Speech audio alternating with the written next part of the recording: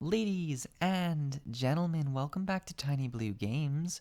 My name, of course, is Seesaw or Chris, and today we're talking about MMOs in 2019. Specifically, we look to answer why is it that we're always looking for the next big MMO? Why can't we just be satisfied with the games we're playing? Why do we continuously have the itch to go and explore and get our hearts broken? Well, we're going to get into that in a second. Just before that, though, I had a quick announcement. First and foremost, the support for the channel recently has been amazing. You guys are awesome. For people who are new here, we are Tiny Blue Games. We are a casual community of people that like to bounce around between different games and explore. With that in mind, I wanted to bring up the fact that I do have a secondary channel called Tiny Blue Games Mobile. As you would expect from the title, it is more about mobile games. In particular, we recently have our first video on there that is about RuneScape Mobile, old school RuneScape Mobile, on mobile. And it's a really fun game that I've been playing sort of whenever I have time. Because let's be honest, we do all have phones, as Blizzard has made blatantly obvious. And it is fun to play games when they don't suck. So I think that's a great game, and I do a little video about it, but I didn't want to sort of load up the regular channel with mobile videos because I know a lot of people are hit or miss on the topic. So if you are interested, check it out. If not, just continue watching your regular content, and thank you for listening. So let's get into it. Why is it that we're always chasing the new MMORPGs? And I'm sure I'm not the only one who does this, but it seems like almost monthly I'm going into Google, going into YouTube, and I'm typing top MMOs in 2019 or whatever the year is. And I'm looking to see if there's something I haven't heard of before.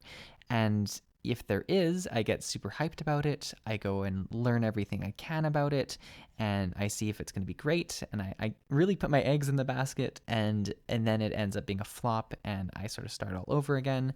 It's a very vicious cycle, and it happens so often that you often get really burnt out of that, and then you return to an old classic like World of Warcraft, and you're like, oh, I'm gonna do World of Warcraft from now on. I'm not gonna get swayed by these new MMOs, and the cycle just repeats itself. Why are we constantly driven to new games, especially in a game like MMO where your progress is so continued throughout the game that it doesn't make sense to leave? Like, if we're talking about a console game, it doesn't really matter. At some point, you've beat the game and you can't progress anymore, at least for a lot of games. Whereas, Battle for Azeroth for World of Warcraft, well, if I had played in Legion, my progress is going to carry forward. My achievements, my gold, my everything's going to carry forward. So there's a lot of incentive for me to stay with the same MMO. Well, there's a couple of reasons I think that most players find themselves looking for the next big thing. And the first of which is that you can get burnt out from something. I mean, if I go to work and I eat peanut butter every day, I'm going to get burnt out from peanut butter.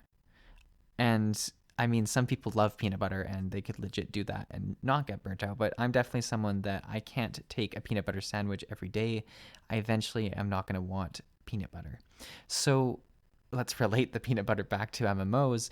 If you're going so hard at a game that that's all you're focused on, that's all you play, that's what your time goes to, eventually you're going to hit the point where either you've achieved like all that you want to achieve and you've kind of burnt the progress system out, or you've really put all you can into it and you've now established that you're not going to achieve that goal, that you are kind of stuck at this point and that you just don't want to work towards it anymore. You don't want to be in the game anymore. It's become more of a job than it's become a pleasurable thing for you, and you've burnt out kind of the fun aspect. So those are two very common, I think, ways that people end up losing interest in the game. And obviously, the way to sort of prevent that is to either bounce around between different games. That's what I like to do. Or just pace yourself. I mean, if you know that you have some time off and you're going to be able to play for a fair bit, why don't you work in some other things between just hard gaming sessions? And I know, as a person myself who would just go 24 hours on a game, it's hard to do that, but it's definitely for the benefit of your overall enjoyment of the game to pace that out. I remember MapleStory, and I bring MapleStory up all the time because it was my first MMO. They used to have sort of updates in the chat, like Maple Tips, and eventually it would be like, you've been playing MapleStory for 3 hours. And then it eventually be, you play MapleStory for 4 hours. We suggest you take a break. You've played MapleStory for 8 hours. We strongly suggest you take a break. And it was just, it's funny, but like every game kind of needs you to go out and refresh yourself, or else you're going to really get tired of the content. It's not going to be fun for you. It's not going to be fun for anyone else. And it's just how things are. Now, the other part of this, and I think this is really the bigger part for me, and I've really been noticing that with Final Fantasy XIV lately, is that we love the learning process. When you go into a game, everything's so exciting, everything's so new, everything's like a new expansion, right? It's like completely new information. There's like an endless amount of systems for you to learn, and sort of like just questing's exciting. Just leveling to level 10's exciting. Whereas if it's your fifth or 50th playthrough, like World of Warcraft for me at the moment, if you are leveling and you get to level 10, it's not a big thing anymore because you're like, I've done this 1,000 times before. It takes away that sort of excitement from it. I just imagine new players like noobs going in the game with their eyes just wide open, looking at all these different classes you can play, all these different skills, all these different professions. And that's really why Final Fantasy XIV has been so exciting for me right now, because I am in that world of excitement. And that's actually why a lot of people come back to a game at an expansion time, because there is that sort of excitement, that wonder, that learning that happens when you join back for an expansion. So, like with World of Warcraft, a lot of people I'm sure come back to the game a month or two before the expansion when there's a lot of hype.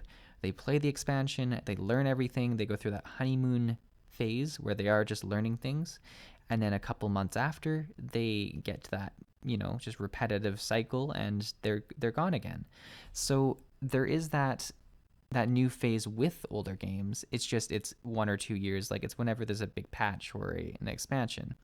And people who can't wait that kind of time and don't pace themselves end up finding themselves burnt out too soon, and that's when they go to a new game.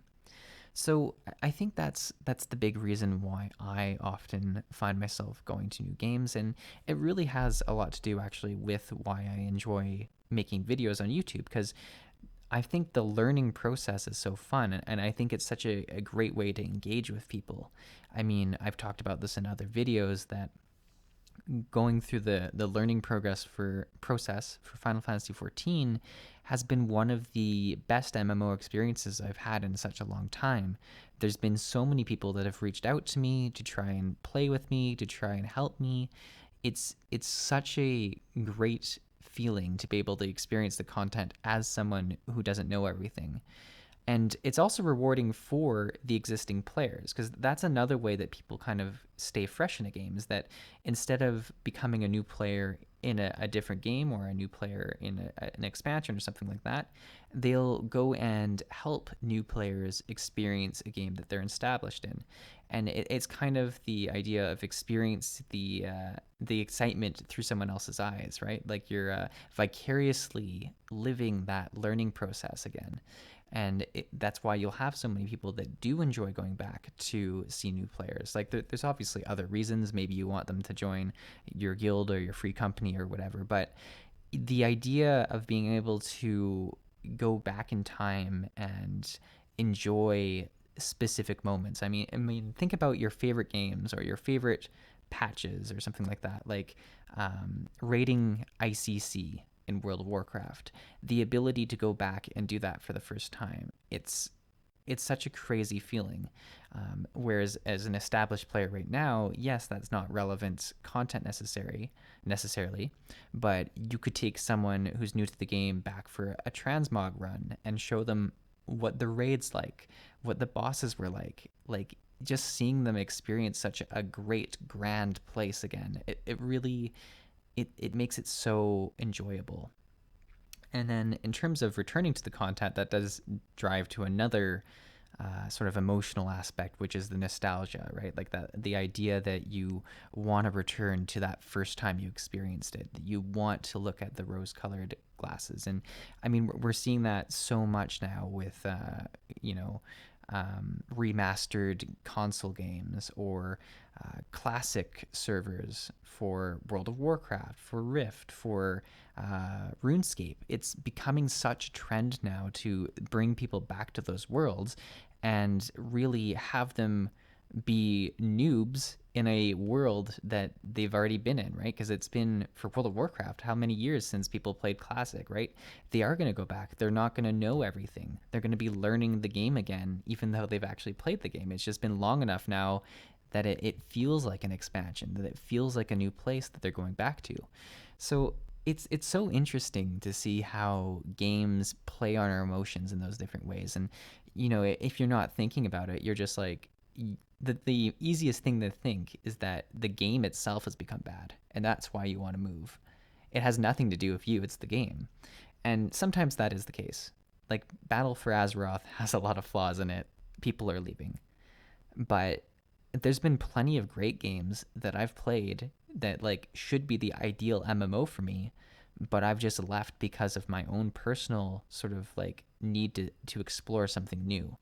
And I think a lot of people need to kind of realize that about themselves, and that'll allow them to enjoy games a lot more.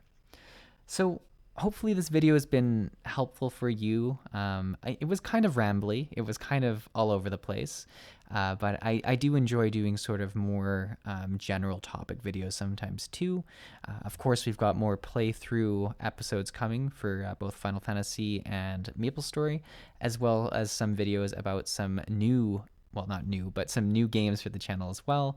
I like to do some standalone videos as well when there's a game I've wanted to try out for a while. So that's all coming up. But yeah, if you could please drop this video a like, if you could subscribe if you haven't, or comment on your thoughts on the MMO process. Like, do you find yourself often looking for the next big thing, or are you able to settle down for a while and really enjoy the game that you're playing? I'd love to hear about it. But for now, thank you, and we'll see you in the next video.